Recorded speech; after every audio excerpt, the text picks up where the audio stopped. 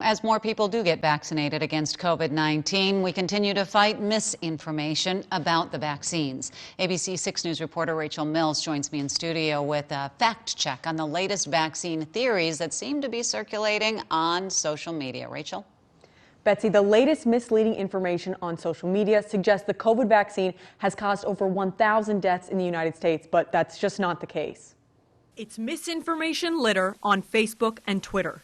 Posts suggesting hundreds or even thousands of people have died after receiving their COVID vaccine. And while these numbers may come from the Centers for Disease Control, the numbers alone are misleading. With every new vaccine that's released, we have the same kinds of issues come up where somebody gets a vaccine and a bad event happens to them.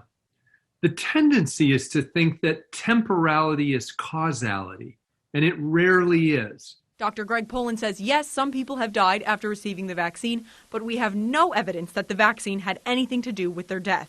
In fact, the CDC says the rate of death after receiving the vaccine is tiny, 0.0018%. In fact, this rate is lower than in people who don't get the vaccine.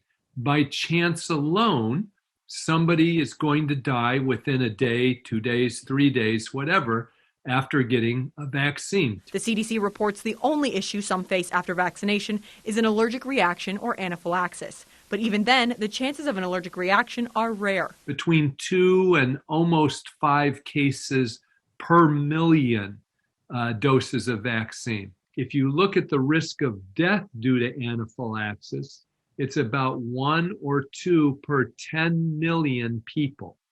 So that tells you it's easily recognizable, it's easily treated. With that said, Dr. Poland suggests getting your information from a more reliable source than social media. On a decision that like this that is so important to your health, the health of your family, workmates, your community, get credible information.